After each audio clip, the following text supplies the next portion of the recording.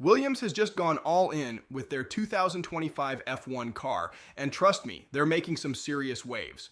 The launch event at Silverstone for the FW47 wasn't just a regular reveal. It was a statement of how far Williams has come in just a year. And when I say come a long way, I mean from barely being ready for testing 12 months ago to now having everything dialed in for 2025. But before we dive into the details, let's talk about just how slick this launch was. They had a full-on broadcast and even dropped a one-off livery. It's clear Williams is going big this year. Sure, there were a few quirky moments, like Carlos Sainz and Alex Albon joking about whether the other sleeps naked, because why not? But overall, the car stole the show. And trust me, the car was worth it. The big reveal. Here's where it gets really interesting. Williams managed to pull off a proper launch, something a lot of teams couldn't do this season. While the rest of the teams are keeping their liveries under wraps until the collective event at London's O2 Arena on February 18th, Williams went with a clever approach. Instead of revealing the full race livery, they gave us a camouflage design with sleek black and blue accents, keeping it subtle but still looking very Williams. It's a smart move because it let them show off the car with all its sponsors in place without breaking the rules, and honestly, it looked great.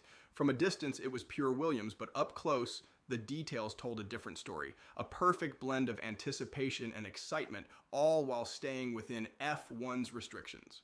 Now, I know some people might have been hoping for the full livery reveal, but this was the perfect teaser. Williams has always been known for its clean, sharp designs, and this livery showed they're staying true to that legacy, while still being clever about keeping things under wraps for now.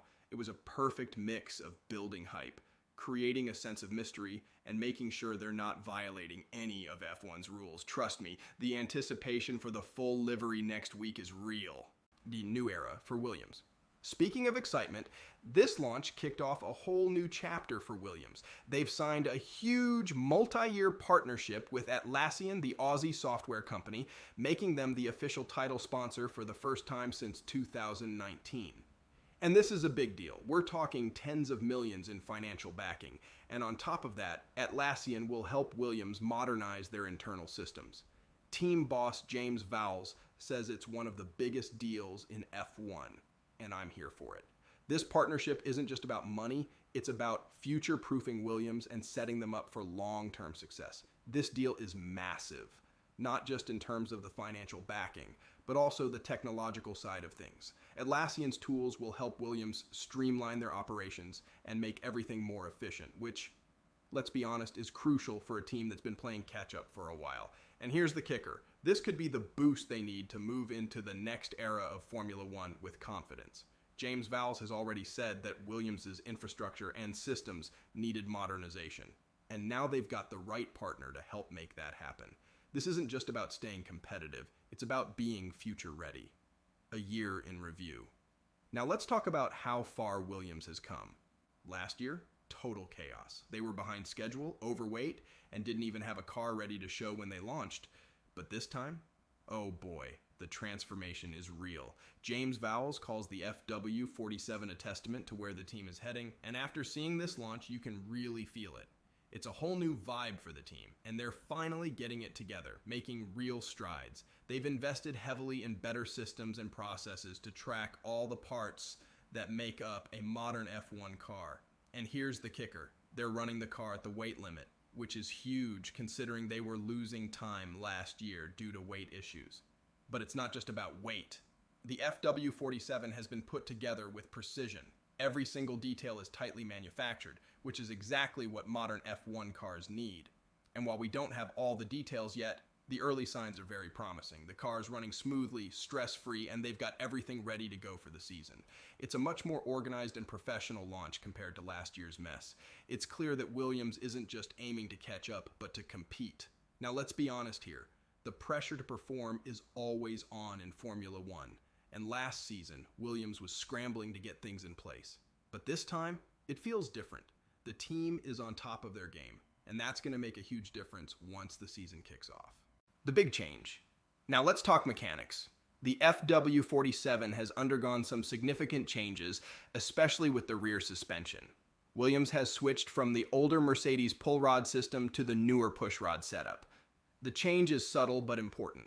This new rear suspension is designed to allow for better airflow and more control, which should improve the car's handling under braking. That's a big deal, especially when it comes to cornering and overall driver confidence. And the best part, they've been able to rework the packaging of the car to make everything more efficient, lowering the center of gravity and improving the car's balance. This shift to the new suspension should help keep the rear of the car more stable under braking, which is exactly what you want to see as a driver. It's all about making the car more predictable and easier to drive, and that's going to help both Alex Albon and Carlos Sainz extract more performance from it. And if the drivers have confidence, you know the results will follow. Plus, the design improvements are really noticeable. The car's looking sleek with a smooth body profile that helps manage airflow even better. These small but significant changes will add up to a much more competitive car when it hits the track. The first laps. But the car wasn't the only exciting thing at Silverstone. Enter Carlos Sainz, Williams' big new recruit. The man himself took the FW47 for its first laps, and it was a real moment for the team. Sainz was all smiles, and it's clear he's loving the challenge. Coming from Ferrari, where he was fighting for podiums and wins, to Williams, a team that hasn't seen a podium in a while, is a big shift. But according to Sainz, the midfield is getting closer, and Williams is definitely moving forward. He's impressed by the progress the team has made, especially in the way the car is being developed. It's all about teamwork, and Sainz and teammate Alex Albon are already bonding over car setups and the finer details of getting the most out of the FW47.